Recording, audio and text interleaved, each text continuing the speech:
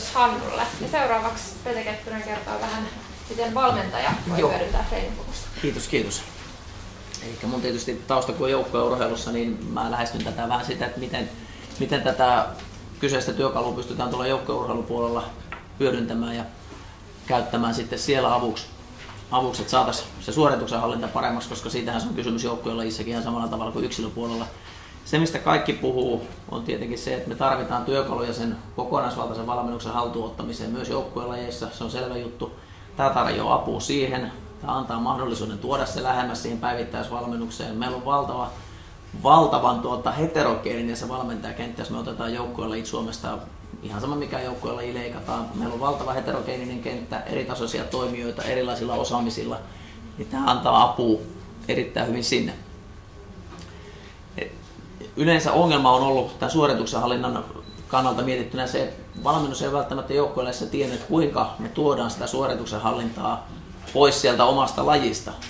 Me osataan varmasti katsoa taktisia asioita, me osataan lajiteknisiä asioita toteuttaa, mutta sitten se suorituksen kokonaisuus, kun mennään niihin painepaikkoihin, niihin peleihin, missä sitten oikeasti ruvetaan ratkomaan isompia asioita, siihen meillä ei ollut välttämättä apua. Tämä antaa nyt hyvän mahdollisuuden siihen, että oikeasti on konkreettisia pelimerkkejä, konkreettista apua, konkreettisia lomakkeita, joilla pystytään lähtemään urheilijoiden kanssa liikkeelle riippumatta sitten urheilijan lähtötasosta. Että se on olennainen juttu.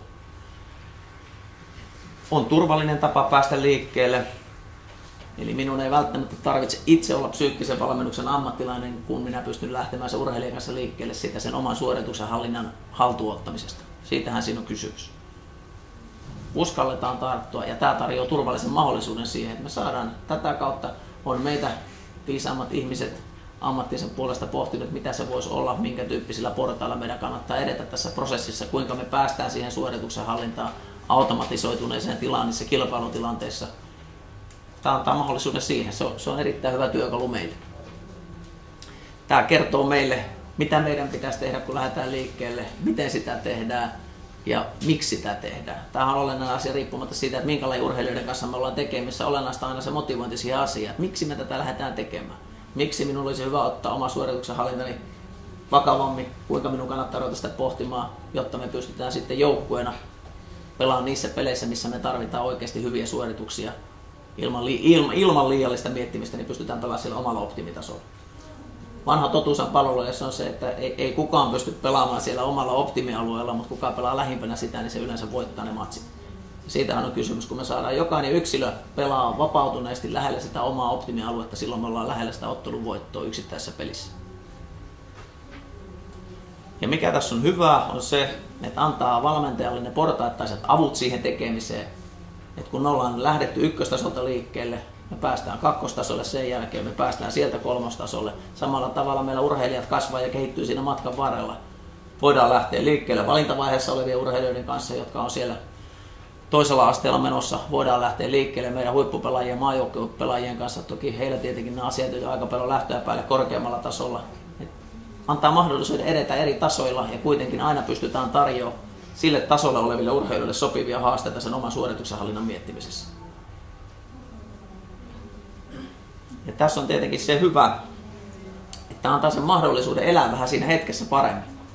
Jos me nähdään, että me ollaan lähdetty, otetaan nyt vaikka, että mulla olisi B-juniorin joukkoja, jonka kanssa mä oon lähtenyt liikkeelle ykköstasolla, ja me huomataan, että siellä on kuitenkin kavereita, jotka on pohtinut, jotka on itsetuntemuksen perusteella jo korkeammalla tasolla, niin me voidaan edetä heidän kanssa eteenpäin, pystytään reagoimaan tilanteen mukaan siihen, missä ollaan menossa. Ei tarvitse mennä sen kaavan mukaan, mitä on joskus rakennettu, vaan tämä antaa mahdollisuuden edetä yksilöllisesti niin kuin näissä asioissa pitää mennä. Me ei voida joukkueen pään sisään mennä, sellaista ei ole olemassa. Mutta yksilöä me voidaan pyrkiä rohkaisemaan ja opettamaan siihen, että hän pystyy hallinnoimaan sitä omaa ajatusmaailmassa niissä kilpailutilanteissa. Ja se, mikä tässä on hieno, mistä mä tykkään ajatuksena, on tietenkin se, että me joukkueessa eletään perinteisesti siinä kulttuurissa, että valmentaja kertoo, miten asiat pitää tehdä.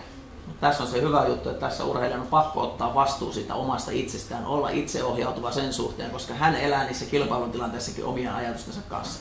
Yksilöleissä tämä automaatio, se on selvä juttu, kaikki sen tietää, mutta tästä on kysymys myös joukkuevalmennuksessa. Yksilö siellä tekee ne ratkaisut kentällä riippumatta lajista, missä me eletään, mitä me tehdään. Ja tämä pakottaa urheilija olemaan siinä suhteessa aktiivinen sen oman suorituksen hallintansa suhteen. Ja kun me tuodaan tämä mukaan päivittäisvalmennukseen, tuodaan se sinne harjoitteluun, pystytään purkamaan niitä asioita, niin onhan se valtava apu sit siihen kilpailutilanteeseen. Harjoittelematta ei tätäkään opita, sitä lähdetään siellä päivittäisvalmennuksessa tekemään, jotta me voidaan sitten kilpailutilanteessa pystyä hallinnoimaan se suoritus paremmin. Ja tämä on tietenkin hyvä juttu, että joukkuelajeissa valmentaja on yleensä se, joka arvioi aina muita. Hän pohtii, mitä muut tekee, onko hän kykeneväinen tähän kokoonpanoon, onko riittävän hyvä kentälle, laitanko vai enkö laita. No, tässä joutuu valmentajakin pohtimaan itseensä, omaa toimintaansa, kuinka minä reagoin tähän tilanteeseen. Et ei pelkästään kehitetä sitä urheilijaa, vaan pyritään kehittämään myös sitä valmentajaa, sen valmentajan itsetuntemusta, ajattelua, omaa ammattitaitoa, joka mahdollistaa myös sen, että kun valmentaja kehittyy näissä asioissa, niin on todennäköisesti, että me saadaan myös urheilijoita eteenpäin.